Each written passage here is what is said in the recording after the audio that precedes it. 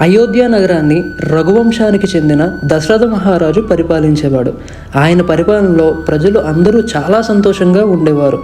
దశరథ మహారాజుకి 3 భార్యలు. కౌశల్యాదేవి దశరథ మహారాజు మొదటి భార్య. కైకేయి రెండవ భార్య మరియు ఇష్టమైన భార్య. సుమిత్రాదేవి 3వ భార్య. చాలా కాలంగా దశరథ మహారాజుకి సంతానం లేరు. చాలామంది పండితులు ఋషులు సలహా మేరకు పుత్రకామేష్టి యాగం చేయడానికి దశరథ మహారాజు ఒప్పుకున్నారు. సరయూ నది తీరంలో ఋషులు పండితుల మధ్య ఈ యాగాన్ని ప్రారంభించారు.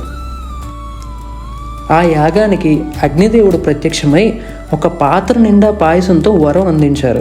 ఆ పాయసాన్ని తన భార్యకి ఇచ్చి తినమని దశరథ మహారాజుకి చెప్తారు.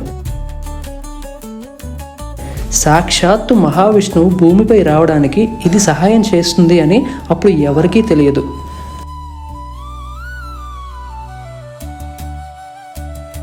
ఒక శుభముహూర్తాన దశరథ మహారాజు 3 భార్యలు గర్భం దాలుస్తారు.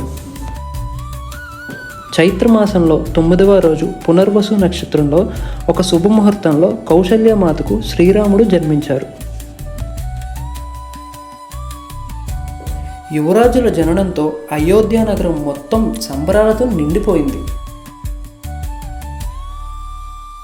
కైకేయికి భరతుడు జన్మించగా సుమిత్రకి లక్ష్మణ శత్రుఘ్నులు జన్మించారు. శ్రీరామునికి లక్ష్మణుడు చిన్నతనం నుండి నీడలా వెంటే ఉండేవాడు. భరతుడు, శత్రుఘ్నుడు, లక్ష్మణుడు, శ్రీరాముల వారు అందరూ ఒకే మాట మీద ఉండేవారు. చిన్నతనం నుండే శ్రీరామునికి ధైర్యం, భక్తి, ప్రేమ, జాలి లాంటి లక్షణాలు ఉండేవి.